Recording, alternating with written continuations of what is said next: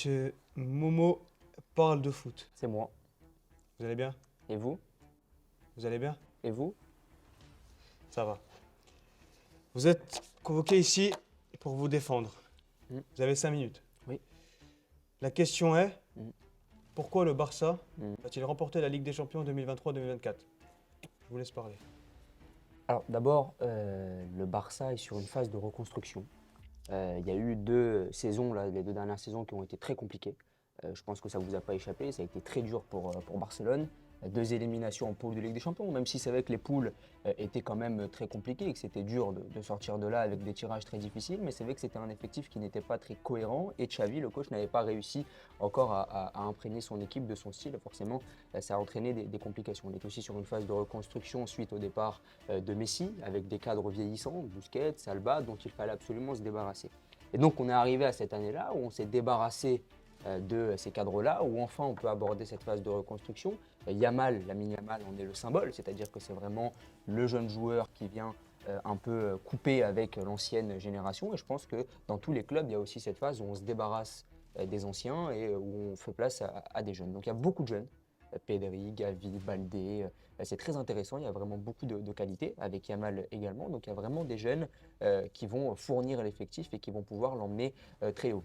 À côté de ça, oui, Il y a pardon. bien sûr des vieux, des vétérans pour les accompagner, j'espère. Exactement, exactement. Il y a aussi des vétérans, par exemple Lewandowski, Ter Stegen, c'est des cadres sur lesquels on peut s'appuyer. Araujo qui a pris énormément d'importance. Lui, il a un peu les deux fonctions, c'est-à-dire que c'est un jeune joueur, mais c'est un cadre aussi qui peut guider ses jeunes coéquipiers. Koundé qui a engrangé de l'expérience aussi sur la dernière Coupe du Monde. Donc on a vraiment un mélange d'expérience et de jeunesse, tout en se débarrassant des anciens dont on ne voulait plus, qui eux étaient vraiment très vieux pour le coup et qui symbolisaient un Barça passé qui avait connu beaucoup trop d'humiliation. À côté de ça, on a aussi des prêts qui vont venir dépanner pour cette saison. C'est pour ça que je parle de 2023-2024. Je ne parle pas d'hégémonie, je parle juste sur cette saison où on a réussi à recruter des joueurs de qualité, c'est-à-dire Cancelo, Félix, qui pour une saison peut-être, parce que ce ne sont que des prêts sans option d'achat, mais sur une saison peuvent vraiment dépanner et apporter une touche technique. Et en plus, ils sont dans le style Xavi.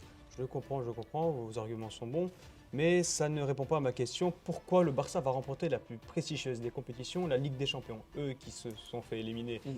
2 fois consécutivement en phase de poule. On se souvient des éliminations honteuses face à Benfica, face au Bayern. Mhm. Pourquoi cette année serait la bonne et pourquoi ils passent sur ce cap d'aller tout d'abord en huitième de finale et de peut-être battre un gros poisson lors des quarts ou d'un Tout huitième? d'abord, je vous trouve dur sur le mot honteux. C'est pas honteux. On est, Vous êtes dans mon... c'est honteux pour Barcelone parce que c'est Barcelone et c'est le prestige qui parle évidemment et que ça a fait beaucoup réagir parce que c'est le grand Barça. Mais d'un autre côté, quand on regarde les poules et qu'on compare l'effectif du Barça sur l'an dernier avec celui de l'Inter ou du Bayern, le Barça ne pouvait pas faire figure puisque l'Inter est même allé en finale. Donc c'est pas honteux parce que quand on regarde l'effectif du Barça, il n'y avait pas assez de qualité pour aller au bout. Là, je trouve qu'il y a de la qualité et puis aussi les concurrents ne sont pas aussi fournis que sur les années précédentes. Il y a Manchester City, mais on sait que c'est compliqué de gagner 2 Ligues des Champions de suite. Ça n'est pas à la portée de tout le monde. Le Bayern Munich, le Real me paraissent quand même plus faibles qu'il y a quelques années. Donc je pense que le Barça pourrait tirer son épingle du jeu. Et en termes d'effectifs, ils n'ont pas grand-chose à envier à ces équipes-là. Évidemment, il y a peut-être plus de qualité et plus d'expérience dans ces équipes-là. Mais je pense que le Barça a sa carte à jouer très clairement parce qu'en termes d'effectifs, en termes de cohérence, ils ont gagné la Liga. N'oublions pas que c'est le premier représentant espagnol puisqu'ils ont remporté le championnat espagnol l'année dernière. Donc, en tant que premier représentant, ils se doivent de porter l'Espagne et d'aller jusqu'au bout. Et est-ce que, dernière petite question, est-ce que vous pouvez compter sur le dénommé Lewandowski cette saison? Lui qui est venu pour un transfert d'environ 50 millions il y a un an. Est-ce que pour vous, c'est lui qui va porter cette équipe du FC Barcelone jusqu'à la victoire finale? On ne demande pas à Lewandowski de porter le Barça. On demande à Lewandowski d'être une pièce supplémentaire dans cette équipe.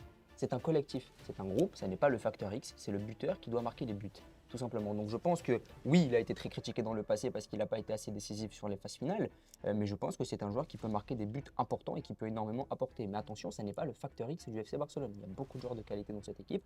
Comme je l'ai dit, même si on l'a beaucoup critiqué dans le passé, ça reste un attaquant de classe mondiale qui peut marquer des buts décisifs, sur lequel tu dois compter, qui a beaucoup d'expérience, qui a déjà gagné la compétition. Ça, c'est très important de s'appuyer sur des joueurs qui ont déjà gagné la Ligue des Champions. Je pense même que c'est le seul à l'avoir gagné, je ne suis pas sûr. Donc il va falloir s'appuyer sur lui, mais encore une fois, ça n'est pas le facteur X, parce qu'il y a un collectif autour de lui. Vous avez bien répondu à mes questions. Est-ce que vous avez quelque chose à ajouter pour conclure? Je pense que Xavi, j'aimerais parler du coach, je pense Mm. qu'il y a beaucoup de doutes sur Xavi, et à juste titre. C'est vrai que parfois il m'a déçu, il n'a pas prôné le jeu qu'il avait promis. Il avait promis le Xavi Ball, d'être sur la lignée de Pep Guardiola, son mentor, etc. Et des fois, il a un peu contrasté avec cette image-là, puisque des fois, on l'a vu pratiquer un football plutôt défensif l'an dernier, mais c'est ce qui a permis de gagner la Liga. Donc peut-être faut-il être pragmatique dans le football. Donc j'ai encore un peu de doute sur lui, mais je pense que c'est un coach jeune qui a du potentiel. Les joueurs l'écoutent, ils le respectent énormément parce que c'est la légende passée. Et puis lui aussi a beaucoup d'expérience en Ligue des Champions, donc je pense qu'il pourra guider ces jeunes joueurs. Ah, bah écoutez, je pense que tout est bon, monsieur Mohamed Ben Khalfa. Parfait, merci à vous. Monsieur Momo parle de foot, Merci à vous. très bon entretien. Je vous recommande de vous abonner à la chaîne de Momo parle de foot. Et de Walid Soltani. Exactement, le Walid Soltani aussi, le TikTok de Momo parle de foot. N'hésitez pas à laisser un commentaire si ça vous va. Partagez la vidéo à vos amis barcelonais. Parfait. Et je vous laisse disposer, monsieur. Merci. Bonne journée. Merci à vous aussi.